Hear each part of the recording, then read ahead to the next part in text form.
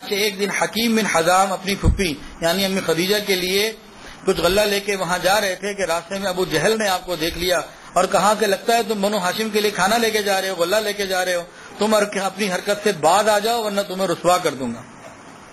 یہ ابو جہل نے راستے میں کہا تو اچانک ایک اور نوجوان ابو البختری سردار وہ آ گیا، اسے ابو جہل کی بات کا علم ہوا تو کہنے لگا ایک شخص اگر اپنی پھپھی کے لیے کھانا لے کے جا رہا ہے تو تجھے کیوں تکلیف ہے، تو راستے کی رکاوٹ کیوں بنتا ہے؟ ابو جہل کو غصہ آیا، وہ اور بات کرنے لگا تو ابو البختری نے اونٹ کی ایک ہڈی اٹھائی اور ابو جہل کے سر پہ ماری، اس کا سر زخمی ہو گیا۔ حتیٰ کہ یہ نظارہ سید الشہداء حضرت حمزہ رضی اللہ تعالیٰ عنہ نے شیب ابی طالب میں جب وہ بند تھے، محصور تھے، تو اس وقت دیکھا۔ بالآخر اللہ تعالیٰ کی مدد آئی۔ جو قریش نے عہد نامہ ایک لٹکایا تھا بیت اللہ شریف کے اندر، اللہ کی رحمت اور اللہ کی حکمت سے اس کو دیمک نے کھا لیا، سوائے اللہ کے نام کے باقی ختم ہو گیا۔ اور یہ محاصرہ 10 نبوی میں، یعنی جس دن آپ نے اعلان نبوت کیا اس کے 10 سال بعد، 3 سال کی مدت پوری ہونے کے بعد یہ حصار ختم ہوا اور مسلمان اس سے باہر نکلے۔ ام المؤمنین حضرت خدیجہ رضی اللہ تعالیٰ عنہ یہ مکہ مکرمہ کی امیر ترین عورتوں میں سے تھیں، لیکن نکاح میں آنے کے بعد آپ کی خدمت میں اور آپ کی دلداری میں کسی قسم کی کوئی کمی نہیں آنے دی، اپنی جان مال وقت ہر چیز آپ کے قدموں میں نچھاور کر دی، ساری عمر کی پونجی سارا مال نبی علیہ السلام کے قدموں میں نچھاور کر دیا، جس کا ذکر قرآن پاک میں اللہ رب العزت نے بھی فرمایا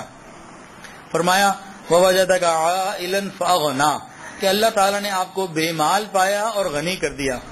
اس کے بارے میں مختلف مفسرین مختلف باتیں لکھتے ہیں۔ ایک فرماتے ہیں فَأَغْنَاكَ بِمَالِ خدیجہ کہ اللہ تعالیٰ نے آپ کو خدیجہ کے مال سے غنی کر دیا، اور امام قرطبی اپنی تفسیر میں لکھتے ہیں فَأَغْنَاكَ بِخدیجہ اللہ تعالیٰ نے خود خدیجہ کے ذریعے آپ کو غنی کر دیا۔ وہاں مال کا ذکر تھا، یہاں مال والی کا ذکر ہو گیا۔ اور خود نبی علیہ السلام نے ایک حدیث کے اندر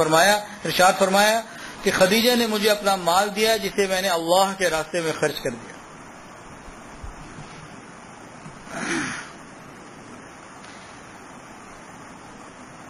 جب امی خدیجہ کا ذکر ہو رہا ہے تو ایک اور چھوٹا بچہ ان کا ذکر بھی مناسب ہے، ان کا نام ہے زید بن حارثہ۔ ان کو ڈاکوؤں نے کہیں سے اغوا کر کر مکہ مکرمہ میں لا کر سیل کر دیا، تو حکیم بن حزام نے 400 درہم میں انہیں خریدا اور اپنی پھوپھی خدیجہ کو جا کے پیش کر دیا۔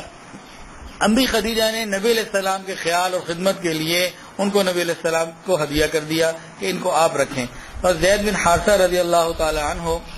نبی علیہ السلام کی غلامی میں آ گئے اور نبی علیہ